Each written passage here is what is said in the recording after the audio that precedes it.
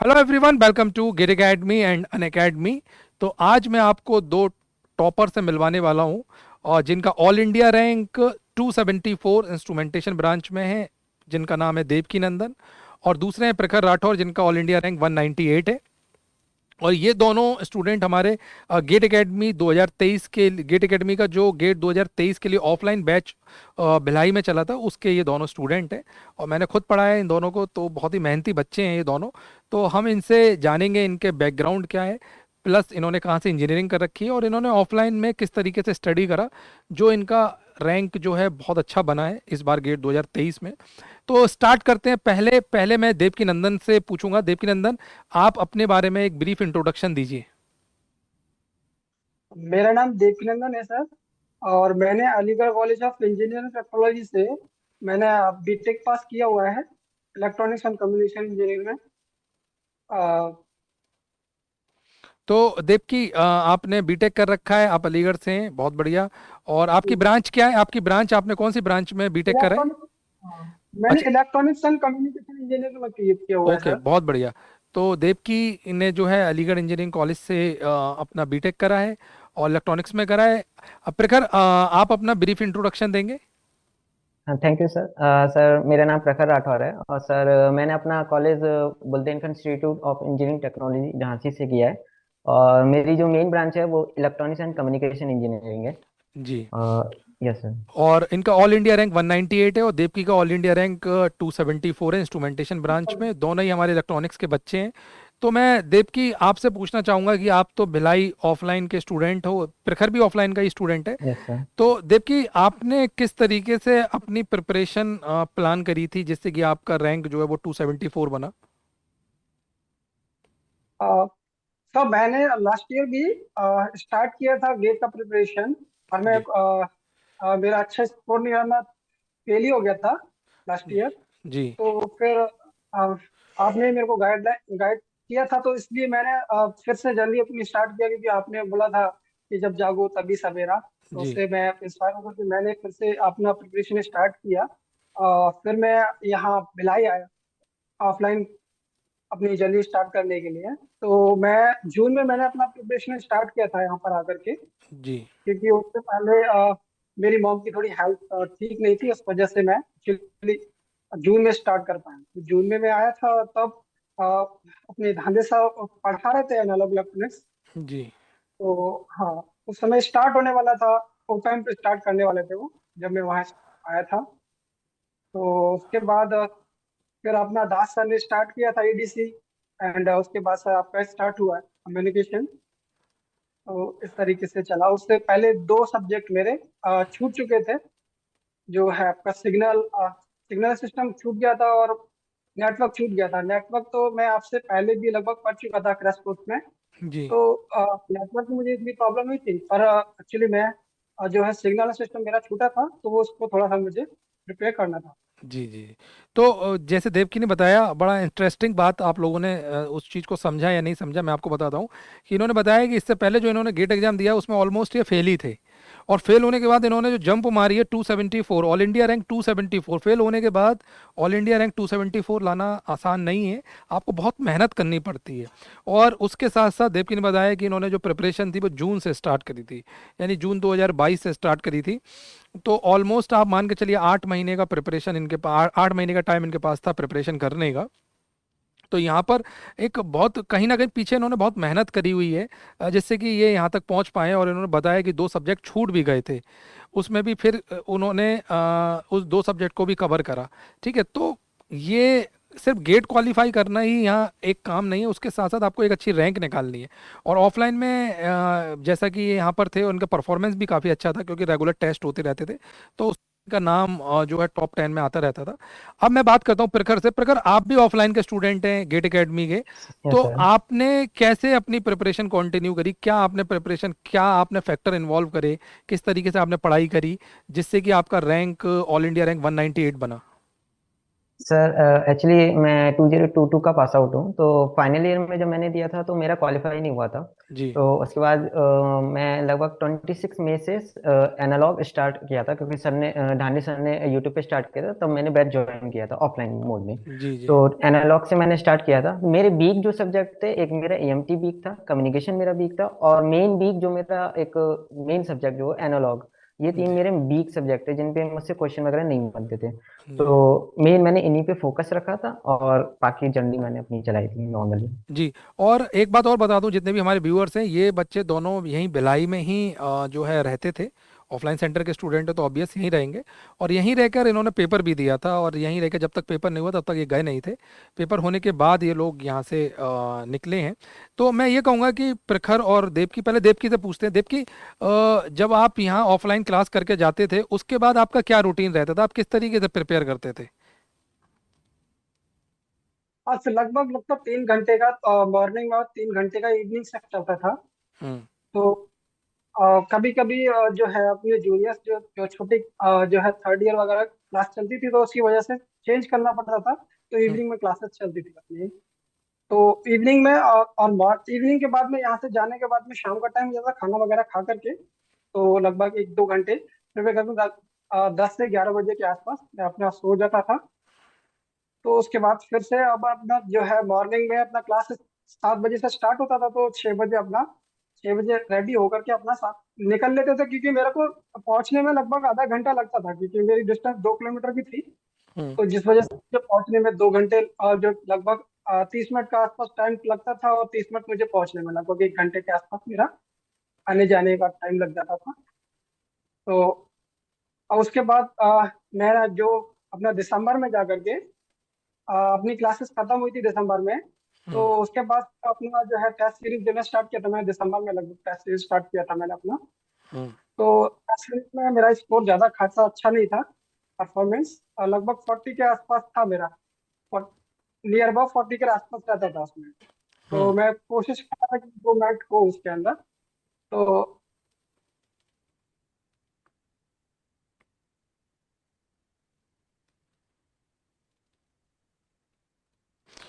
तो जैसे देवकी ने बताया कि 40, मतलब बहुत ज़्यादा स्कोर अच्छा टेस्ट सीरीज में भी नहीं रहता था, लेकिन फिर भी इन्होंने रैंक कन्वर्ट करी 274। ये अपने आप में बड़ी बात है। तो कहीं ना कहीं और भी ऐसे फैक्टर्स हैं जो इनकी प्रिपरेशन में हेल्प करे होंगे, वो उनसे पूछेंगे। लेकिन प्रखर, आपसे पूछना चाहता हूँ कि प्रखर, आप ऑफलाइन क्लास के स्टूडेंट थे, और यस ऑफलाइन सर। का जब आप ऑफलाइन में या क्लास करते थे उसके बाद आप टाइम कैसे मैनेज करते थे, कैसे आप प्रिपेयर करते थे? सर जनरली क्लास के बाद तो मेरा मेन काम तो यही रहता था कि जो भी आज पढ़ाया हुआ है, क्योंकि मेरा वीक सब्जेक्ट एनालॉग कम्युनिकेशन वगैरह मेन यही स्टार्ट हुए थे यहाँ पे, तो एनालॉग हम्म मेन स्टार्ट हुआ था।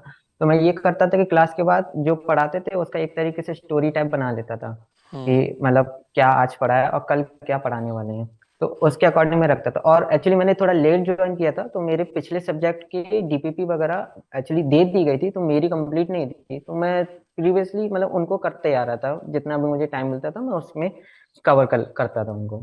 तो धीरे धीरे कर करके मैं उनको डीपीपी कंप्लीट किया था, और इधर एनालॉग खत्म हुआ था, उसके बाद एडीसी स्टार्ट हुआ था, एडीसी खत्म हुआ था, और कम्युनिकेशन तक मैंने प्रीवियस कंप्लीट कर लिया था। तो हम्म। मेरा मेन एक सिग्नल सिस्टम का रिवीजन वगैरह रह गया था, और ईएमटी तो लास्ट में हुआ था। तो तो प्रखर, ये ऐसा। पूछूंगा मैं आपसे कि आपने जब दिसंबर में या कोर्स मतलब कंप्लीट हो गया था, उसके बाद आपने जनवरी मंथ में कितना रिवीजन करा या फिर टेस्ट सीरीज दी, वो जनवरी मंथ आपने कैसे यूटिलाइज करा? सर जब कोचिंग खत्म हुई थी उसके बाद लास्ट सब्जेक्ट ईएमटी चला था, तो मैं सोचता था कि ईएमटी जैसे ही खत्म हुआ है इसका तुरंत से मैं शॉर्ट नोट वगैरह बना लूं, क्योंकि अगर नहीं बनाऊंगा तो ईएमटी सब्जेक्ट ऐसा है जो अगर थोड़ा सा भी गैप मिल गया तो पूरा का पूरा भूल जाऊंगा। तो इसलिए मैं उसका तुरंत से शॉर्ट नोट बना लेता। फिर मैं हम्म एनालॉग का मैं पूरा रिवीजन किया था, उसके शॉर्ट नोट बनाया था, ऐसे ही कम्युनिकेशन का किया था, ईडी से किया था, मतलब एक बार से, मतलब जो बीच के जो 2 महीने मिले थे उनमें मैं सारे सब्जेक्ट के शॉर्ट नोट बना लिया था। लास्ट के जनवरी में मैं अपनी टेस्ट सीरीज वगैरह स्टार्ट किया था। टेस्ट सीरीज में आपके मार्क्स कितने रहते थे, मतलब कितना आपका रैंक रहता था, या फिर मार्क्स आपके कितने रहते थे, आपको लगता था कि? मार्क्स में जी। जी बोलिए। मार्क्स मेरे इतने इम्प्रेसिव नहीं रहते थे, मेरे ऐसे अराउंड रहते थे। मतलब जब शुरुआत में दिया था तो मेरे 26 27 ऐसे करके आते थे। लास्ट मेरे मैक्सिमम जो मार्क्स हैं वो मेरे 46 गए थे, क्योंकि जी। एक्चुअली मैंने थोड़ा जो मॉक टेस्ट रहते थे वो मैंने 20 जनवरी के बाद स्टार्ट किया था। उससे पहले अच्छा। मैं सब्जेक्ट वाइज वगैरह देता रहता था। हम्म। तो मॉक टेस्ट मैंने थोड़े लेट स्टार्ट किए थे, तो उस वजह से मैं ज्यादा मॉक टेस्ट भी नहीं दे पाता। 4 से 5 में मॉक टेस्ट किया था। तो मैं ये सोचा था कि अगर और दिया और कम आए, तो इसीलिए मैं थोड़ा रोका। फिर मैंने एक हफ्ते फिर रिवीजन किया अच्छे से लास्ट के बीच में। जी जी जी।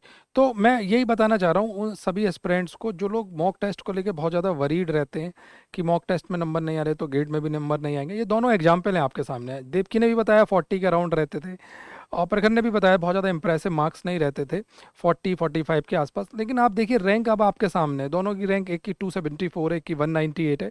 अपने आप में ऑल इंडिया रैंक बहुत अच्छी है दोनों की। ठीक है। देवकी, मैं आपसे सवाल पूछूंगा कि आप ये बताइए कि आप जब यहाँ कोर्स खत्म हुआ तो आपने जनवरी का मंथ कैसे यूटिलाइज करा? आपका क्या प्लान रहता था जिससे कि आपका जो रैंक बना है 274, वो रैंक आप कन्वर्ट कर पाए? तो मैं अपने व्हाट्सएप के साथ में, मतलब अपने फ्रेंड्स के साथ में कॉन्टेक्ट रहता था।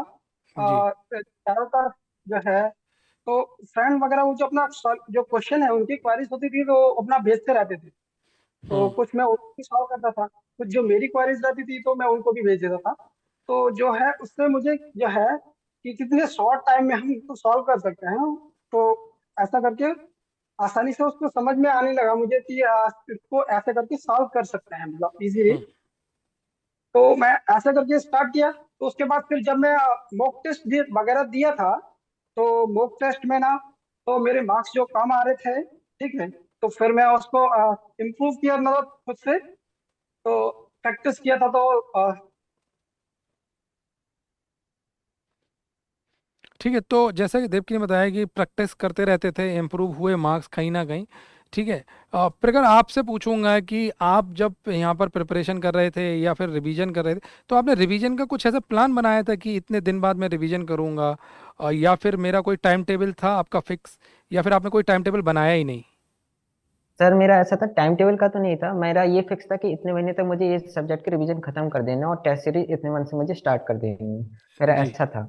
तो मेरा मेन मैं सब्जेक्ट जो उठाता, क्योंकि जो मेरे वीक सब्जेक्ट है एनालॉग, ईएमटी और ये कम्युनिकेशन, इनका मुझे पहले खत्म करना था, क्योंकि इनको मैंने सबसे पहले इनका रिवीजन किया था। फिर मैंने जो बेसिक सब्जेक्ट है नेटवर्क डिजिटल वगैरह, उनका मैंने बाद में रिवीजन किया था। तो मेन हम्म मेरा यही था कि जनवरी के पहले तक मेरा पूरा रिवीजन वगैरह हो जाए, रिवीजन और शॉर्ट नोट वगैरह बन जाए। बहुत अच्छी बात है कि आपने जो आपके वीक सब्जेक्ट थे उनको प्रायोरिटी दी। तो जितने भी लोग हमको देख रहे हैं, मैं उनसे ये कहूँगा, अगर आप गेट एस्पिरेंट हैं, आप गेट 2024 की तैयारी कर रहे हैं, और अगर आप ड्रॉपर भी हैं, तो आप जो है इस चीज़ को समझें कि जो आपके वीक सब्जेक्ट हैं आप उनको पहले प्रेफरेंस दें, ताकि आपको इजीली टाइम जब आपके पास हो तो आप उनको अच्छे से एनालिसिस कर पाएँ, एनालाइज कर पाएँ, और कुछ भी अगर कमी रहती है तो आप उसको भी ठीक कर पाएँ। इन सब चीज़ों पर आपको फोकस करना पड़ेगा, तभी आप एक अच्छी रैंक निकाल पाएंगे। क्योंकि ये छोटी छोटी चीज़ें हैं जिनको आप इम्प्रूव करेंगे तो डेफिनेटली आप जो है बहुत अच्छा कर पाएंगे। देवकी, आपसे एक सवाल है कि मैंने एक बार देखा था, कि ज़्यादा तो नहीं देखा था मैंने, लेकिन एक बार मैंने नोटिस बोर्ड पर एक टेस्ट का रिजल्ट था, उसमें मैंने आपका नाम देखा था, शायद पहले दूसरे या तीसरे नंबर, कोई फर्स्ट सेकंड थर्ड नंबर पर था, मुझे याद नहीं आ रहा है। तो जो क्लास टेस्ट होते थे उनका आपकी प्रिपरेशन में उससे कुछ हेल्प हुआ आपको या नहीं? जी सर, उससे बहुत हेल्प थी, क्योंकि हम जब क्लास जाते थे तो वो साथ के साथ रिवीजन में रहता था, माइंड के अंदर रहती थी चीजें। हम्म। तो आसान था उस चीज को करना। तो फिर उसके बाद में जो क्लास से आने के बाद में थोड़ा सा रिवीजन रहता था, तो उसको करने के बाद में ये सारी चीजें इम्प्रूव हुई थी। नहीं, सारी चीज़ें तो इम्प्रूव हुई, लेकिन आपका मैं कॉन्टिन्यूस एक बार तो मैंने देखा था, एक बार आपने भी मेरे को व्हाट्सअप करा था अपना जी क्लास परफॉर्मेंस। तो क्लास परफॉर्मेंस तो खैर दोनों बच्चों की अच्छी थी, क्योंकि मैंने तो दोनों को पढ़ा है। और लेकिन जब नोटिस बोर्ड पर ये क्लास टेस्ट वगैरह के नाम देखते थे तो आपको खुद से अंदर से फीलिंग आती थी नहीं आती थी कि हाँ मैं यहाँ अच्छा कर रहा हूँ तो गेट में भी अच्छा करूँगा, या फिर ऐसा लगता था यहाँ अच्छा कर रहा हूँ गेट में अच्छा नहीं करूँगा? नहीं नहीं सर, ऐसा नहीं हो, बिल्कुल ऐसा। जब उसमें नाम आता तो लगता था कि सर अब कुछ अच्छा करेंगे, तो उसी की वजह से ये है कि थोड़ा अच्छा स्कोर आया है। अच्छा, बहुत बढ़िया। प्रखर, आपसे एक सवाल और पूछना चाहूँगा यस सर। कि कभी कभी आपको ऐसा लगता था कि आपके टेस्ट सीरीज में मार्क्स कम आ रहे हैं तो आपको डिमोटिवेशन कहीं होता था कि आपको ऐसा लगे कि अरे मेरे नंबर कम आ रहे हैं, अभी तो नंबर 30 32 आए हैं, तो गेट में यस तो सर। मैं नहीं, गेट में क्वालिफाई करूंगा या नहीं करूंगा, ऐसा कुछ फियर रहता था? यस सर, फियर तो रहता ही था। मतलब पिछली बार भी मेरा अच्छा नहीं गया था हम्म। और टेस्ट में मार्क्स मेरे इतने अच्छे भी नहीं आ रहे थे। तो हम्म। फियर का फैक्टर तो मेरे पास रहता था। लेकिन जैसे मतलब एक ये भी रहता था कि अगर नहीं करूंगा तो मुझे ही प्रॉब्लम फेस करनी पड़ेगी। अब हम्म। अगर मार्क्स अगर कम आ रहे हैं तो उसको इम्प्रूव तो करना पड़ेगा। तो हम्म। मैं देखता था मेरी वीकनेस वगैरह क्या है, क्या मैं वीक कर रहा हूँ। तो मेनली मैं वीक जो कर रहा था वो एक्चुअली में ये रहता था, मैं टाइम को बहुत ज्यादा कंज्यूम कर लेता था। हम्म। और अगर मैं टाइम कंज्यूम ना करके जल्दी जल्दी पेपर को देने की कोशिश तो मैं सिली मिस्टेक बहुत ज्यादा कर देता था। हम्म। हम्म। तो यही मेरी शायद वीकनेस शायद यही रही कि मैंने शायद लेट में मॉक टेस्ट देना स्टार्ट किए। 20 जन के बाद मैंने स्टार्ट किए थे। अगर मैं उसको पहले कर देता तो शायद मेरा रिजल्ट और बेटर होता। बहुत बढ़िया, ये बात तो आपने अच्छी बताई। लेकिन मैं पहले देव की आपसे पूछूंगा, फिर प्रखर आप पर आऊंगा। देव की, जब तुम इंस्ट्रूमेंटेशन का पेपर देने जा रहे थे तो तुमको लगा था कि तुम इतना अच्छा कर पाओगे इंस्ट्रूमेंटेशन का पेपर? नहीं सर, लेकिन क्योंकि मेरा जो है इलेक्ट्रॉनिक्स का जो है उसमें मेरा जो रैंक है थोड़ा कम आया हुआ है, उसमें 2528 आया है। हम्म। तो उसके बाद क्योंकि मेरा उसमें थोड़ा सा कम अच्छा हुआ था, उसके बाद मुझे लगा कि मतलब उससे इम्प्रूवमेंट मिला कि मतलब अच्छा कर सकता हूँ, कि मैं नेक्स्ट जो है मुझे एक हफ्ता मिला था उसके अंदर। हम्म। तो मैंने उस पर अच्छी प्रिपरेशन किया था, क्योंकि इसमें मेरा ज़्यादा बेहतर नहीं गया था इलेक्ट्रॉनिक्स में।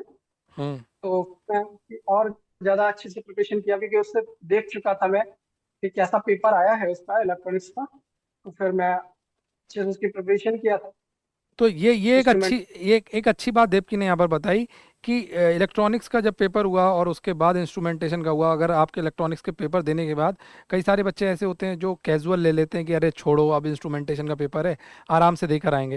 लेकिन देवकी बता रहे हैं उन्होंने और मेहनत करी, उन्होंने और सोचा कि अब अगर मेरे इलेक्ट्रॉनिक्स में नंबर कम आ रहे हैं तो मैं यहाँ पर ओवरकम कर लूँगा और इंस्ट्रूमेंटेशन के पेपर में और अच्छा परफॉर्म करूँगा, और वो रिजल्ट आपके सामने है।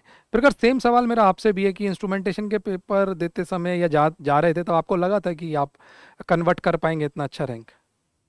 नहीं सर, ऐसा कुछ खास तो नहीं लगा था क्योंकि ईसी का मेरा भी ज्यादा अच्छा नहीं गया था पेपर। हम्म। बट ये था कि मैं ईसी के पेपर में मैं ज्यादा प्रेशराइज्ड हो गया था। हम्म। जब हम्म। मैं आईएन ईसी के पेपर होने के बाद मतलब एक तरीके से फ्री माइंड टाइप हो गया था मैं। और हम्म। आईएन के पेपर से पहले मैंने प्रीवियस ईयर के 2 पेपर खुद से करके देख लिए थे। हम्म। तो फ्री माइंड होके गया था, आराम से पेपर दिया था और एकदम फ्री होके आराम से दिया। तो कोई दिक्कत नहीं हुई मुझे, ऐसा कुछ ज्यादा प्रेशराइज मैं नहीं रहा था आईएन के पेपर में। ओके।